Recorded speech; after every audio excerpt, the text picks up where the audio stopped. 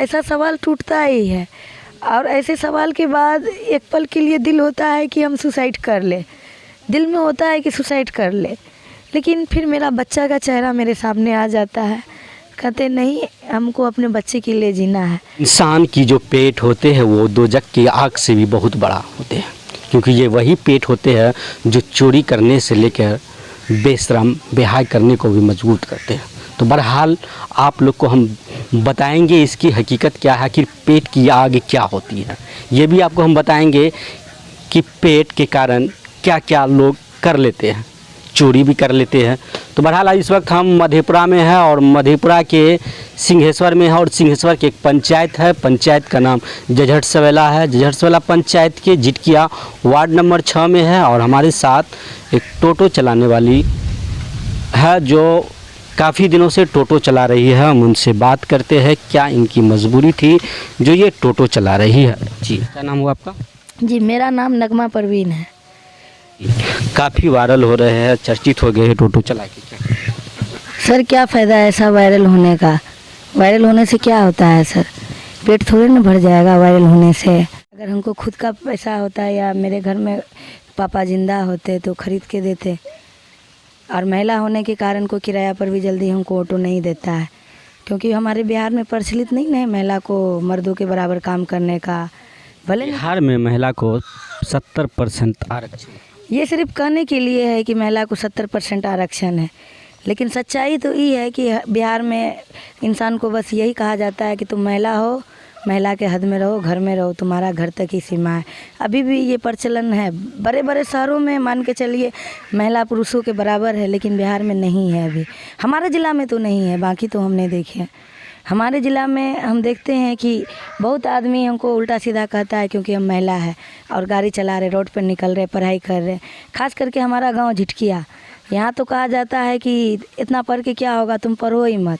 हम पूरे गांव से लड़ करके एमए कर रहे हैं, बीए पास किए हैं, क्योंकि हमारे गांव में प्रचलन है। मैं झिटकिया को बदलने के लिए सोच के बदल तो नहीं सका, बट मेरा फैमिली डिप्रेशन में चला गया इस गांव में आकर। आप झिटकिया को कैसे बदल देंगे? झिटकिया को बदलने वाले बहुत लोग आए गए, लेकिन आपसे क्या लगता है कि झिटकिया बदल जाएंगे? सर हम झिटकिया को बदलने का तात्पर्य ये था कि विकास, झिटकिया का विकास करना चाहते थे, क्योंकि इस गांव में हम देखे हैं कि लड़की लोग मैट्रिक इंटर करते करते लड़की का शादी हो जाता है, लेकिन हम जो है पहली ऐसी लड़की है इस गांव में जो गरीब की लड़की होते हुए भी एमए कर रहे हैं। यहाँ बीए एमए करबो करती है तो जो बहुत अमीर है, बहुत रईस है, बहुत पैसे वाले, उनकी ही एक आध बच्ची करती है।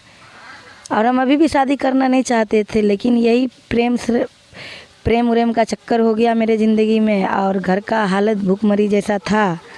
पापा भी मेरे ड्राइवर थे तो उतना नहीं कमा पाते, बस परिवार चला लेते थे। आपकी क्या मजबूरी थी जो आप टोटो चलाने? आप पंचायत चुनाव में एक मुखिया से भी चुनाव लड़ रहे थे, लेकिन आपकी इस बीच क्या परिस्थिति बनी जो आप टोटो चलाए? सर देखिए, हम अपने लाइफ में बहुत स्ट्रगल किए। पहले हम टोटो नहीं चलाए, पहले हम चुनाव लड़े, क्योंकि देखिए मुखिया के हाथ में इतना पावर होता है, मुखिया विकास का काम कर सकता है। और हमारे पंचायत में, मेरे गांव में बहुत विकास की ज़रूरत है। हमारे गांव में मान के चलिए मेन रोड का तो सड़क ठीक है, लेकिन गली और में जाइए तो सड़क बहुत ख़राब है। तो इसलिए करके हमारे पंचायत में विकास की ज़रूरत है। टोटो चलाते हैं तो भिरकी हर तरफ हम गए थे मिशन रोडर में, वहाँ भी बहुत ऐसी महिला देखे रेलवे ढाला के पास मिशन रोड में जिनके घर में बाथरूम नहीं था। उनका सब्जी लेके गई थी मेरे टोटो से, तो मैंने उनका घर देखा तो पूछा तो कहा सरकार ने तो हमें बाथरूम दिया ही नहीं। हमने कहा सरकार तो सबको दिया, आपको नहीं दिया, कि हम तक नहीं पहुंचा। हमको बोली आपके घर में बाथरूम है? हम बोले नहीं, मेरे यहाँ भी नहीं पहुंचा है सरकार का फंड। तो बोले क्या मुखियार के पास नहीं गए? हम बोले जा के तो मेरे पैर का चप्पल खिया गया, लेकिन गरीब का कौन सुनने वाला है? सब उन्हीं का सुनता है जिनके पास पैसा हो, जो कोई स्टेटस का आदमी हो। हमारा तो स्टेटस सर कुछ है ही नहीं। मेरा एक स्टेटस सिंगल मदर का है, हम एक सिंगल मदर बन के रह गए।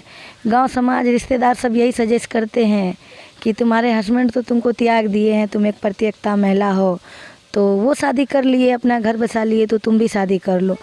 मेरी मोम भी बोली बेटा क्या करोगी, तुम्हारा हालत, मेरा घर का दुख तकलीफ़ छोड़ो, तुम मेरे घर में अपना ज़िंदगी बर्बाद मत करो, तुम भी शादी कर लो, कोई लड़का कमाने खिलाने वाला है तो। घर में शादी के लिए हमको भी बहुत प्रेशर है, था, अभी भी है। हम शादी.com muslimshadi.com ऐप भी घर के प्रेशर में आके डाउनलोड कर लिए, लेकिन 10-15 लड़का से उसमें बात किए, लेकिन हमको कोई लगा नहीं कि सही मायने में हमको अर्धांगिनी जीवन साथी लाइफ पार्टनर बनाना चाहता है।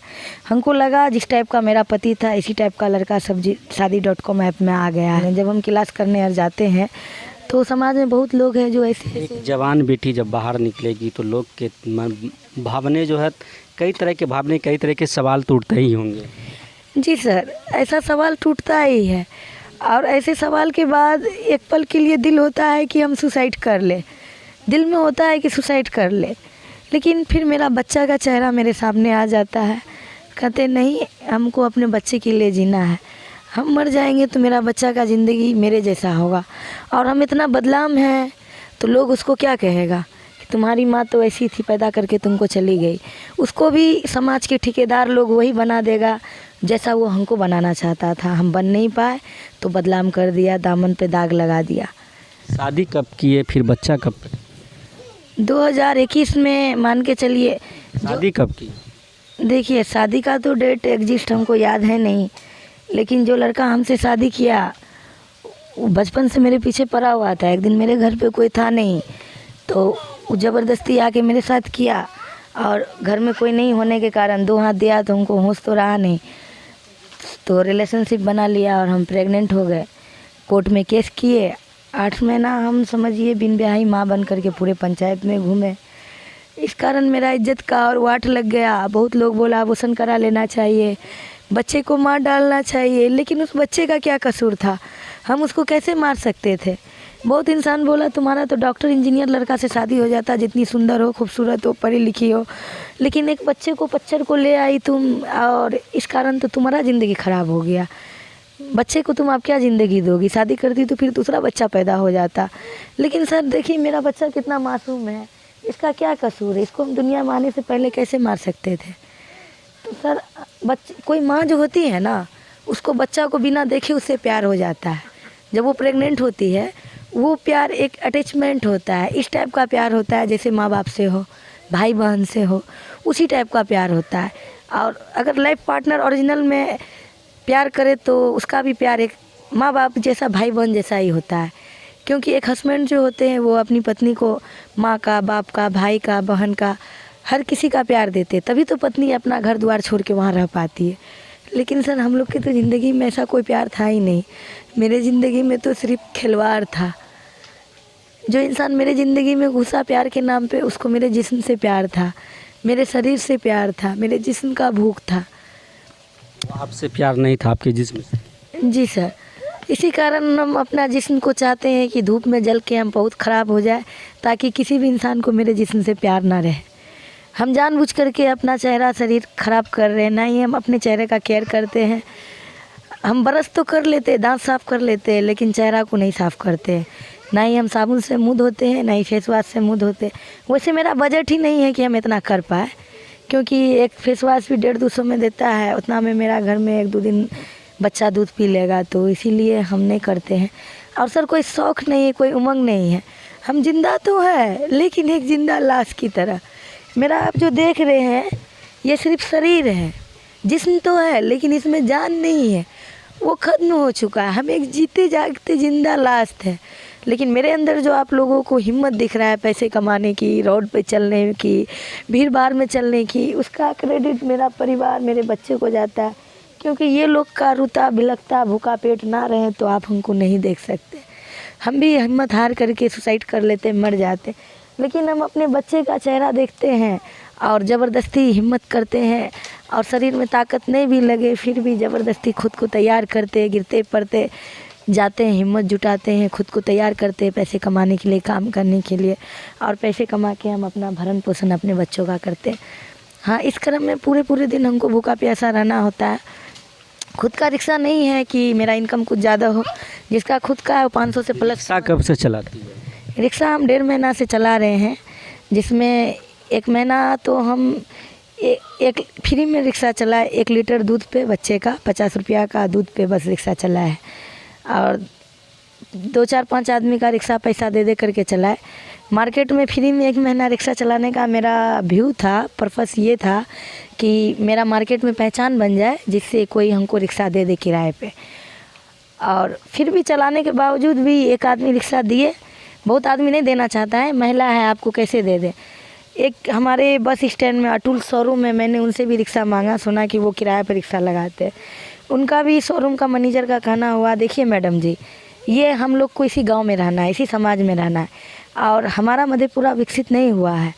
अगर हम आपको रिक्शा दे देते तो समाज के 2 4 10 लोग आएंगे, हो सकता है मेरा शोरूम बंद करवा दे, हमें जलील करे, तंग करे कि आप एक महिला को क्यों रिक्शा दिए।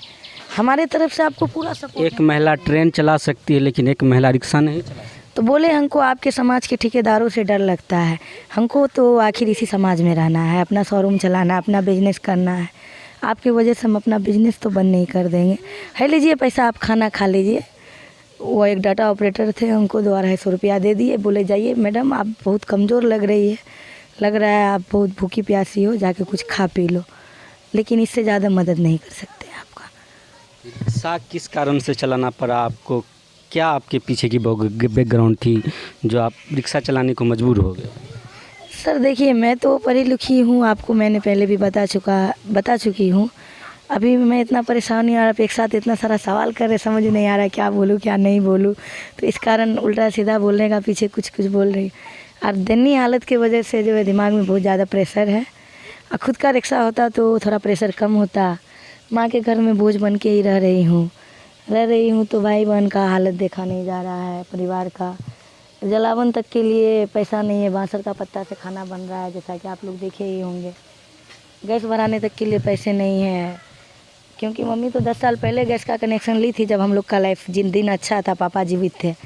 लेकिन गैस भराने के लिए अब पैसे नहीं है, गैस भी 1000 रुपया 900 रुपया तक में भराया जाता है, तो इसीलिए पत्ता पे चूल्हा पे खाना बना रहे हैं बस। चलिए, अब आगे क्या करना है? अब हम सोच रहे हैं कि हम किसी को अपना सहारा न बनाए, खुद हम अपना सहारा बने, अपने बच्चों का, परिवार का, खुद पैसे कमाए और अपना किस्मत बदले। मेहनत इतना करे कि मेरा किस्मत बदल जाए। और समाज में हम एक अनाथ आश्रम खोलना चाहते हैं, मधेपुरा ज़िला में वो अनाथ आश्रम हम खोल सके, मेरा दिली ख्वाहिश है। अगर हम मर भी जाएंगे तो समझिएगा मेरा आखिरी इच्छा है। अगर सरकार इस मैटर में मेरा मदद कर सकती है, अनाथ आश्रम खोलने में और एक मेंटल हॉस्पिटल खोलने में, तो सरकार का हम हाथ जोड़ करके आभार प्रकट करते, हम उनका ऋणी रहेंगे। ये चीज़ हम खोलना चाहते हैं, मेरा आखिरी इच्छा ही समझ लीजिए। क्योंकि बहुत आदमी हैं हमारे पंचायत में, गांव में, जो कहते हैं तुमको गोली मार देंगे, तुम लेडीज होकर के बहुत हीरो बनती है, बहुत उड़ती है, तो हमको कभी कोई मार भी सकता है, ये भी है, या हम खुद भी मर सकते हैं कमज़ोरी से, बीमारी के कारण, भूख के कारण, प्यास के कारण, ऐसा हो सकता है। मेरा ज़िंदगी का कोई भरोसा नहीं है, एक तो मेरा शारीरिक हालत ठीक नहीं है, ऊपर से लोगों का भी धमकी है। क्या मांग करेंगे सरकार से? सरकार से यही मांग करते हैं कि हम एक भूमिहीन और प्रतियक्ता महिला है, हमको कहीं से इनकम का कोई स्रोत नहीं है, 1 रुपया का साधन नहीं है। सरकार रोटी कपड़ा मकान का वादा करते हैं तो ये चीज़ हमको दे, और कोई दूसरा नहीं था। और आप लोग मेरे घर आए, मेरा घर ढूंढे, हमसे बातचीत किए, आप लोग का बहुत बहुत धन्यवाद। इतना जंगल झाड़ में आए, यहाँ तो कोई हम लोग को मार के फेंक भी दे तो कोई सुनने वाला नहीं है। और ये ज़मीन मेरी मोम खरीदी थी, लेकिन इसका रसीद नहीं कट रहा है, ब्लॉक में कहता है कि बिहार सरकार है, तो चारों पट्टी जितना पड़ोसी वो कहता है मेरा है, सब चारों पट्टी से ज़मीन घेरता है, और घर बनाने पर भी बहुत मारपीट किया, मैटर क्रिएट किया। तो इसलिए हम सरकार से चाहते हैं कि वो कहीं हमको हम भूमिहीन है, हमको भूमि दे, और इंदिरा आवास जो देते हैं हमको दे, मेरा घर बना दे। रोज़गार के लिए अगर हमको एक रिक्शा दे सकते हैं तो दे दे। हम पढ़े लिखे हैं, अगर सरकार को लगता है कि नहीं इसको जॉब देना चाहिए तो वो दे सकते हैं, लेकिन फ़िलहाल तो हमको परिवार चलाने के लिए एक रिक्शा का ज़रूरत है, और भूमि का ज़रूरत है रहने के लिए, जहाँ हम रिक्शा भी लगा सकें। यहाँ तो रिक्शा भी मान के चलिए बहुत दिक्कत से आता है, जिसके दरवाज़ा से लाते हैं वो कहता है कि इससे इधर से रिक्शा लेके मत जाओ, 100 गाली देता है, मतलब दूसरे के दरवाज़ा होकर रिक्शा लाना होता है, तो बहुत जलील हो रहे हैं। रास्ता भी नहीं है इस ज़मीन में, और सबका कहना है कि ज़मीन में तुम्हारा कुछ नहीं है, बिहार सरकार ज़मीन है, पड़ोसियर का, तुम जाओ यहाँ से खाली करो। हम लोग भी यहाँ नहीं रहना चाहते हैं, क्योंकि यहाँ कोई इज्जत ही नहीं है, समाज में सब कैरेक्टरलेस है, चरित्रहीन है। और मेरे मैटर से जो बिन ब्याही, आप समझ सकते हैं, कोई लड़की, अगर 8वां महीना मेरा चल रहा था तो मेरा शादी हुआ मेरे हस्बैंड से, कोर्ट के प्रेशर में आकर के वो हमसे शादी किया, क्योंकि वो शादी हमसे नहीं करना चाहता था। अभी रिक्शा चला करके क्या कमा लेती हो?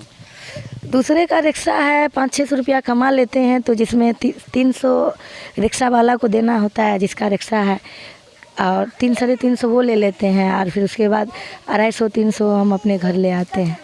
और ख़राब रिक्शा है तो इस कारण कल हम नहीं कमा पाए, 300 रुपया ही कमाए, जिसमें रिक्शा वाला बोला 300। लोग खाने वाले हैं?